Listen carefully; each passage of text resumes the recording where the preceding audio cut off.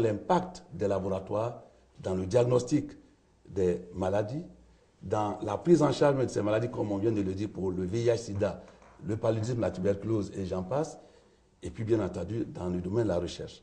Donc ça, ce sont les axes stratégiques, n'est-ce pas, donc la mission essentielle de ASLM. Et cette société africaine ne vient pas supplanter les États ou les organismes qui existent ou les sociétés savantes qui existent. Bien au contraire, elle vient pour, n'est-ce pas, soutenir, renforcer, conforter et même accompagner. C'est pour ça qu'il y a là aussi 3 axes stratégiques. D'abord, l'appui au processus d'évaluation des laboratoires,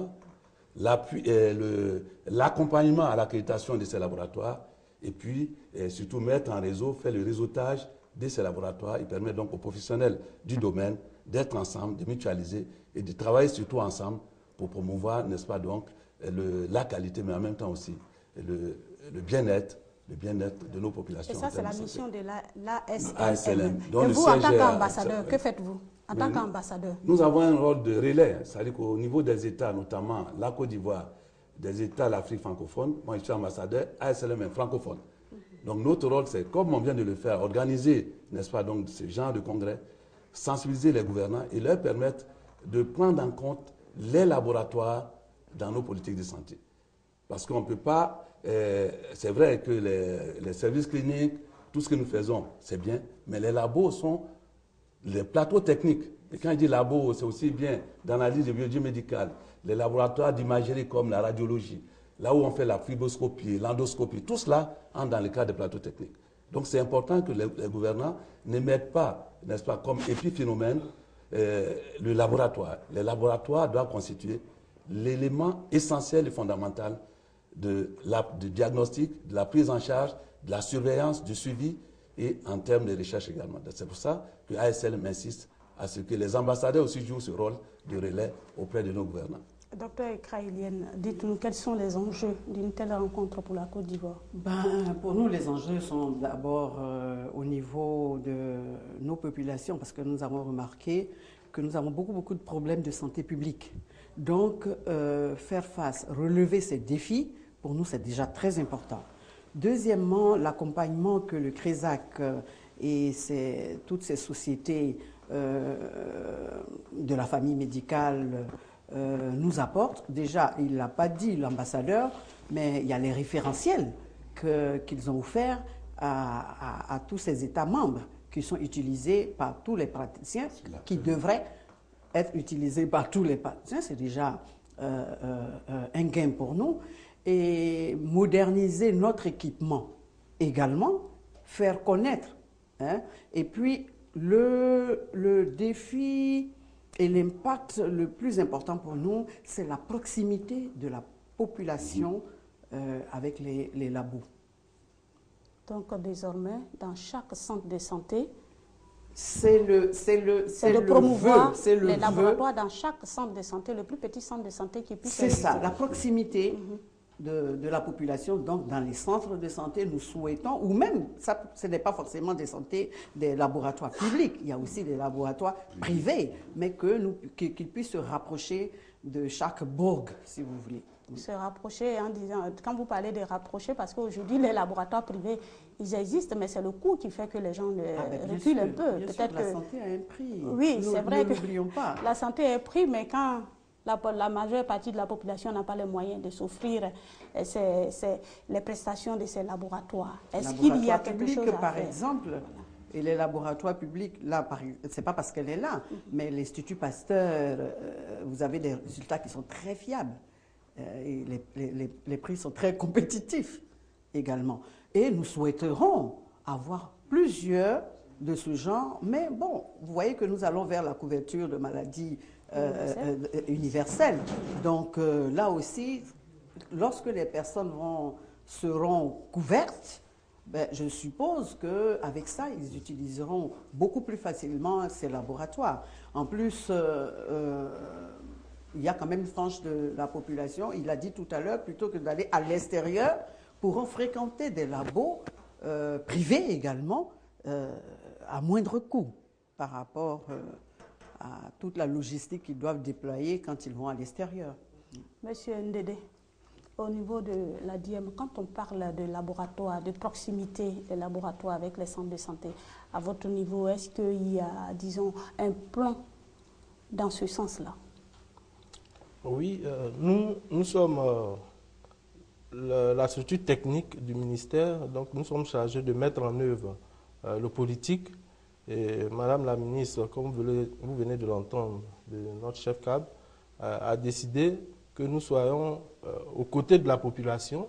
Donc naturellement, la direction technique s'aligne et nous mettons en pratique ces décisions-là. Donc quelque chose est fait dans ce sens. Et, vous voyez, au niveau du PNDS, il y a beaucoup de centres de santé qui doivent se construire. Le plan national de développement sanitaire, et donc nous intégrons la construction de laboratoires dans le système. Alors, c'est vrai que le 1er octobre, c'est dans quelques jours. Dites-nous, comment est-ce que vous préparez ces deux événements au niveau du ministère? Mais je vais demander d'abord à monsieur le professeur Cess de le dire. Mais sinon, nous travaillons conjointement avec tout le comité scientifique et le comité d'organisation à la réalisation. Et je pense que nous avançons bien. Nous avançons bien. Déjà, nous avons rencontré pratiquement tous les professionnels de la santé. Nous avons rencontré les associations et ONG. Nous avons rencontré les ambassadeurs des pays accrédités en Côte d'Ivoire.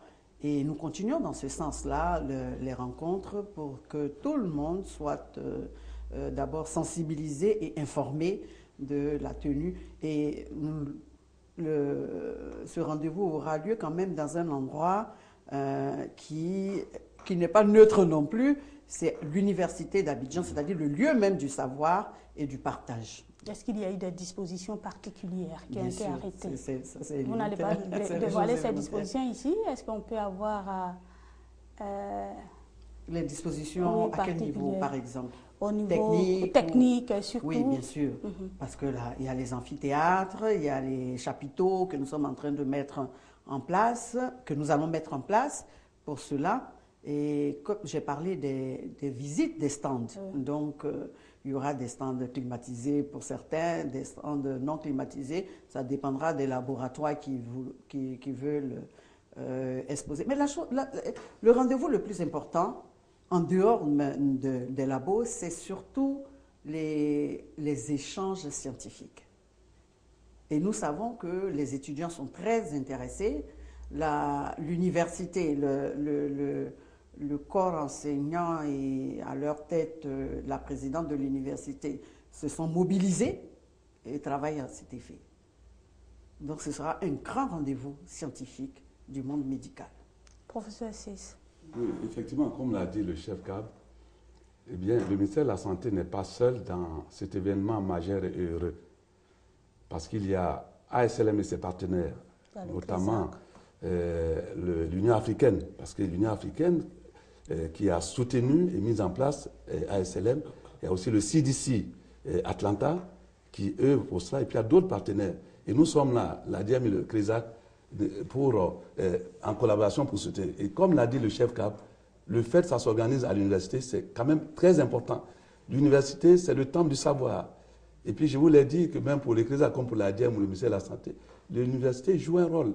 D'autant plus que nos UFR de la santé, que ce soit la faculté de médecine, la faculté de pharmacie ou d'onto, maintenant sont devenus des UFR, eh bien, sont également impliqués.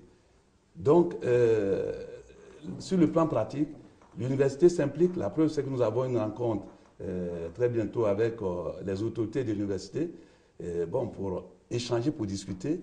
Madame le professeur Dosso, qui est la présidente du comité scientifique, a même adressé aussi un courrier au ministre de l'Enseignement supérieur et de la Recherche en attendant la lettre officielle du ministre de la Santé. Donc tout cela se fait avec harmonie et ça se passe bien. Et nous pensons qu'avant le 1er, eh bien, nous aurons une certification totale par la grâce de Dieu, d'autant que le cabinet même s'implique. Et tous les jeudis, à 15h, nous avons une réunion à la demande de Madame la ministre qui croit à la chose, présidée par le chef CAB justement. Donc pour nous, les choses avancent Et au plan pratique, la ministre nous a donné aussi des instructions fermes. Faire en sorte qu'il n'y ait pas de raté. Donc, il n'y ait pas de raté. Nous sommes à pied d'œuvre pour que cela se fasse bien, n'est-ce pas? Donc, aussi bien pour la Côte d'Ivoire. Parce qu'à Cap Town, nous avons vu comment les Africains du Sud ont fait. Tout à l'heure, vous avez même présenté des images. Il y a eu 1000 visiteurs au niveau des stands et il y a eu presque 1000 participants. Et comme l'a dit Madame le professeur Dosso, les anglophones étaient là massivement et les francophones avaient pêché un peu par défaut en quantité. C'est ça qui fait aussi donc, ce congrès au niveau de la Côte d'Ivoire. Nous espérons que les Ivoiriens vont être mobilisés, les professionnels vont être mobilisés et que tous les acteurs de la santé seront là pour que nous donnions pas la réplique, mais nous montrions à la face du monde et des autres pays que la Côte d'Ivoire est bel et bien présente, est bel et bien là. Professeur Dosso, que pouvez-vous dire pour rassurer ceux qui viennent de l'extérieur à ce congrès, vous qui êtes la présidente du comité scientifique? Moi, je voudrais juste revenir sur un petit point. Vous avez posé sur les laboratoires à la Diem. Je voudrais dire à la population, mais aussi aux autorités, que l'équipement de laboratoire s'est simplifié. Et qu'actuellement, il y a, disons, 2 grands groupes d'équipements. Il y a des gros équipements qui sont pour des structures comme les centres hospitaliers universitaires, et il y a des petits équipements portables. Et maintenant, on parle beaucoup de biologie délocalisée, c'est-à-dire au lit du malade. Et il y a une biologie de santé publique en direction des populations. Et donc, l'organisation de ce salon, c'est de voir justement quels sont ces équipements qui sont bien sûr moins chers, dont les réactifs aussi sont moins chers, mais qui permettent d'aller vers les populations. Alors qu'avant, c'est les populations qui venaient vers le laboratoire et évidemment, ça avait un certain coût parce qu'il faut se déplacer. Et là, il y a une nouvelle biologie qui vient. Il est important qu'on prenne ce train-là parce que ça permet d'aller au lit du malade. Ça s'appelle d'ailleurs les point of care, c'est-à-dire on va faire la biologie au lit du malade et puis on lui donne un traitement adapté. Donc c'est ce petit point que je voulais préciser. C'est un grand point d'ailleurs. Oui, c'est un grand point. On a eu la semaine dernière une réunion justement pour pouvoir faire la charge virale pour les patients VIH au lit du malade vraiment. Ce sont des petits appareils portables. Donc c'est très très important je pense. Et c'est cette biologie-là que nous devons montrer aux autorités et à la population parce que cette biologie-là vraiment c'est une biologie délocalisée, c'est une biologie de santé publique. Voilà, c'est ça. C'est rassurant. Oui, je pense que c'est important de le dire. Et concernant le congrès, je faisais le point hier, il y aura 104 présentations, tout confondu. Et dans ces 104 présentations, bien sûr, il y a un certain nombre de présentations de la Côte d'Ivoire, mais les pays de la sous-région se sont mobilisés. Il y a des résumés du Mali, du Burkina, du Sénégal, du Togo, du Bénin, de la Guinée, du Congo, du Gabon, de la RDC, de l'Algérie, etc. Ça, c'est pour le continent africain. Mais il y a aussi des communicateurs qui viennent des États-Unis et qui viennent de France aussi. Donc, c'est un congrès scientifiquement, on peut dire, sous-régional, mais qui s'est externalisé à l'international. Nous sommes prêts à les accueillir. Chacun a reçu l'acceptation du congrès scientifique. Le livre des résumés est prêt un mois avant. Donc, il faut dire aussi, pour ajouter, qu'il y a la rencontre interministérielle des ministères de la Santé interrégionaux. De ces pays-là, oui. de ces pays qui participent. C'est ça. Et les ministres viendront aussi pour... Écoutez, il y en a qui vont venir, on les attend, on les a invités, mais voilà. Mais on a organisé une demi-journée de rencontre entre ces ministres-là qui vont certainement accompagner les décisions, les conclusions des rencontres, des communications. Et c'est à quelle fin, la rencontre de ces ministres-là? À quelle fin? Oui.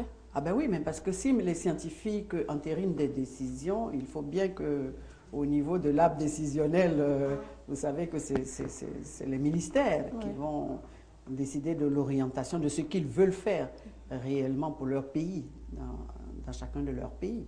Donc, disons, ils viennent déjà s'approprier les recommandations qui seront faites, les résultats qui seront exposés et tout. Voilà, en fait, c'est notre vœu. C'est notre vœu qui s'approprie cela, effectivement.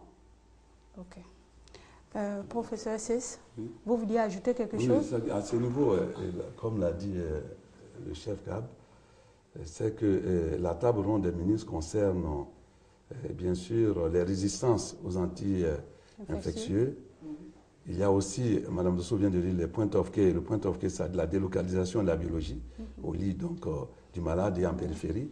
Et puis il y a aussi la certification des établissements sanitaires et l'accréditation des laboratoires. Donc ces 3 points vont faire l'objet de la table ronde. Je crois que Mme le chef a raison. C'est très important Entre les pour ministres. les ministres, voilà, entre les ministres, assorti d'une déclaration en termes de résolution. Okay. Nous allons commencer par le professeur Dosso. Professeur Dosso, une grande rencontre en Côte d'Ivoire sur les laboratoires, sur le matériel médical. Que souhaiteriez-vous qu'on retienne au sortir de cette grande rencontre? Moi, je souhaite qu'on retienne que la biologie fait partie intégrante de la prise en charge des maladies et que la biologie n'est pas impossible dans notre pays, dans la sous-région ouest africaine, qu'actuellement il y a des solutions. Donc ça veut dire que les populations doivent comprendre d'une part qu'elles doivent pouvoir accéder à cette biologie que moi j'appelle biologie de santé publique et que nos décideurs puissent accepter, n'est-ce pas, que finalement la biologie ne coûte pas aussi cher qu'on le pense. Parce que pendant des années, on a cantonné la biologie dans des laboratoires spécialisés, alors qu'en fait, il y a une biologie de santé publique qui doit absolument se développer sur l'ensemble de nos pays et dans l'intégralité de nos systèmes nationaux de santé. Professeur Ciss. Alors, ce que je voudrais dire, c'est que ce congrès et cette exposition sont très importants pour nous. D'abord parce que ces 2 manifestations soulèvent des problèmes importants comme les résistances au traitement que nous prodiguons, les professionnels de santé prodiguent aux patients, aux malades. Et puis deuxièmement, c'est important qu'il y ait une mobilisation forte de nos professionnels de santé, d'abord pour le congrès, mais également aussi pour l'exposition et les populations, pourquoi pas. En plus, c'est la première fois qu'un tel événement s'organise en Côte d'Ivoire. C'est-à-dire coupler un congrès, n'est-ce pas, pour le ministère de la Santé et une exposition, c'est un événement majeur pour nous. Donc il est important que nous marquions le coup et que nous montrions à la face du monde que la Côte d'Ivoire est debout. C'est pour ça qu'il faut que les professionnels se mobilisent aussi bien du privé que du public. Parce que les laboratoires privés ne sont pas exclus non plus. Et nous l'avions dit tantôt que c'est un problème de médecine des laboratoires et c'est très large. Ça ne concerne pas seulement une infime partie du laboratoire, mais c'est l'ensemble des labos qui doivent. Nous souhaiterions que ceux qui doivent venir exposer ce qu'ils savent faire parce qu'ils ont des compétences viennent. Que les EPN aussi viennent. Je crois que c'est important. Les établissements publics nationaux en termes de santé, les hôpitaux généraux, les centres de santé ont leur place et nous pensons qu'en le faisant de cette manière, eh bien, la population sera bien sensibilisée. Nous-mêmes, nous comprendrons donc le bien fondé de ce congrès et de cette exposition et nous pensons que cela va permettre à la Côte d'Ivoire de faire un pas en avant en termes de santé et en termes surtout des laboratoires. Merci, professeur. Monsieur Ndédé, combien de stands sont prévus? Tout est fin prêt pour une bonne exposition, pour qu'on ait toutes sortes de matériel, du matériel de pointe surtout. Oui, effectivement, tout est fin prêt. Madame, notre chef CAB qui coordonne les réunions du comité d'organisation vous a dit tout à l'heure, nous mettons à la disposition de tous les exposants une centaine de stands et précisément 111 stands d'exposants qui viennent un peu de partout. Nous avons des exposants qui se signalent depuis le Canada, de la France, de la Côte d'Ivoire. Et c'est vrai que ces plateformes-là existent un peu dans le monde. Dans notre sous-région ici, nous avons le CISDAC à Dakar. En France, nous avons participé à l'hôpital Expo. Nous avons des expositions en Chine. Mais nos praticiens, que sont nos EPN et nos programmes, n'ont pas l'occasion ou la possibilité d'aller dans ces pays-là pour voir la nouvelle technologie. Donc c'est l'occasion qu'offre le ministère de la Santé à tous ces praticiens-là pour s'approprier les nouvelles technologies ici en Côte d'Ivoire. Et aussi, nous rassurons tous les exposants, aussi bien les nationaux que ceux qui viennent du monde entier, que toutes les dispositions sont prises, même au niveau de la sécurité, de la protection de leur matériel. Et je pense que l'université Félix Houphouët-Boigny, l'université de Cocody, met tout en œuvre pour nous accompagner dans ce sens. Docteur Ekra Eliane, un grand événement qui se tient pour la première fois en Côte d'Ivoire, un message à l'endroit des autorités, à l'endroit des populations et surtout à l'endroit de ceux qui viennent peut-être pour la première fois en Côte d'Ivoire participer à ce grand congrès. Mais je commencerai d'abord par féliciter les organisateurs de ce double événement et dire aussi que le ministère de la Santé et de la lutte contre le sida à travers son ministre est heureux de joindre, je pourrais dire, ce qui a été dit théoriquement à la pratique réelle en cette année 2013, année de la santé, parce que la réussite de ce congrès sera un point dans nos objectifs. Et encourager d'abord tous les professionnels de la santé à y participer activement. Et ensuite, demander évidemment la solidarité des autres membres du gouvernement pour leur présence ou leur passage, ne serait-ce qu'à l'ouverture ou à tout moment de ces 3 jours sur les stands. Et puis, pourquoi pas, toute la population ivoirienne. C'est une révolution, je pourrais dire, avec le monde de la technologie qui intervient à si grands pas dans la santé. Pourquoi ne pas passer voir ce que je peux utiliser pour mon bien-être? Merci, docteur Eliane Ekra. Nous sommes au terme de notre émission. 2 événements majeurs en un. Le premier congrès ASLM et l'Expo Côte d'Ivoire Mexique 2013. Nous sommes tous conviés à cette rencontre qui mettra en exergue ce que la Côte d'Ivoire a en matière de technologie dans le domaine de la santé et ce que les autres pays francophones ont aussi et qu'ils sont prêts à mettre à la disposition de la Côte d'Ivoire en exposant ce matériel, tant les exposants qui viennent du Canada, de la France et de l'Afrique. Toute la population est invitée à participer à cette grande rencontre. Merci de nous avoir suivis. Vous étiez à savoir plus. À bientôt.